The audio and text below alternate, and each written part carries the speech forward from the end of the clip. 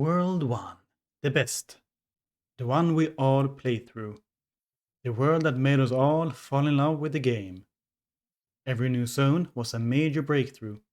Every new monster looked so good.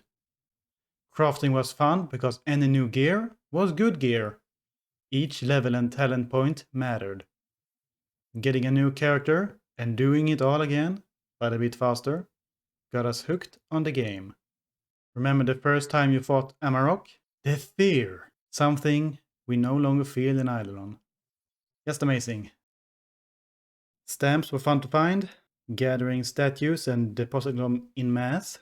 Well, they scale pretty badly, but fun nonetheless.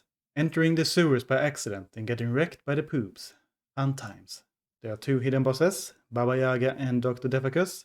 The Doctor isn't really hidden, as he is optional. No special features, just big monsters.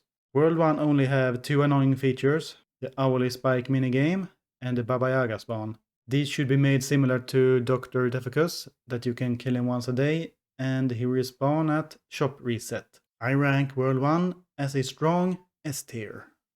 World 2, a brand new world that showed us how weak we were. This was later changed with World 3, making World 2 much easier. New and confusing features that stole all our resources for little gain. They turned out to be super important though, especially alchemy. Maybe too important, some would say, myself included. It's a bland desert world, but lots more to do. Post office was fun to do at first, building up your streak, but it got tedious after a while. You paid a lot to get little. Efant was even more complex than Amarok, the arms with different attacks, including the dreaded one-shot arms. Once again we felt fear. However, you cannot auto Efant, no matter how strong you are, so it's a pain to farm. But you only have to move once to the next side after killing the arms on the first side. World 2 have two hidden bosses, Biggie Hours and King Doot. They have no special features, they are just big monsters. Older players spent a long time in here, farming Snellbees day in and day out. I rank World 2 a strong B tier. Finally we have World 3. I think I reached World 3 a week or two after it came out, and I got smacked in the face with a micro hell. Trapping is either extremely slow or check in every 20 minutes. Worship is something most players just forget about, since you can only claim it in 4 map zones, and it's impossible to get a good wave level without strong towers, so a constant replay is a must to check your progress as towers level up, or you just forget about it for a long time. I did a second option. Worse, however, is that the tower defense demands your full focus, since you must claim the early wave rewards for more points. Construction was fun to build up your town, but the constant cog checks got old real fast, yet you could never stop doing them. 3D printer that must be manually resampled for updates, and for the best results you must equip a lot of various skill boosters, which is tedious to do on so many characters. 3D printer was meant to reduce micro, not increase it. Refinery is a giant bottleneck, but at least it's passive.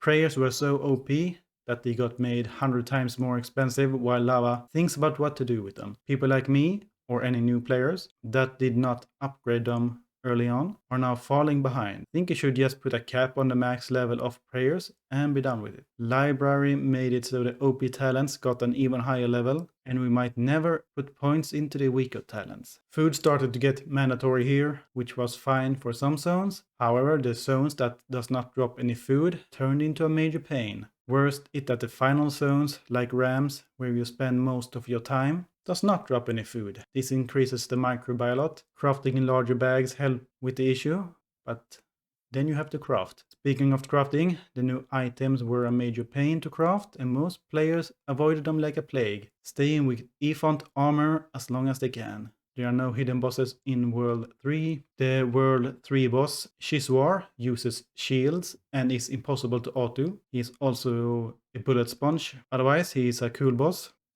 I rate World 3 a strong D tier.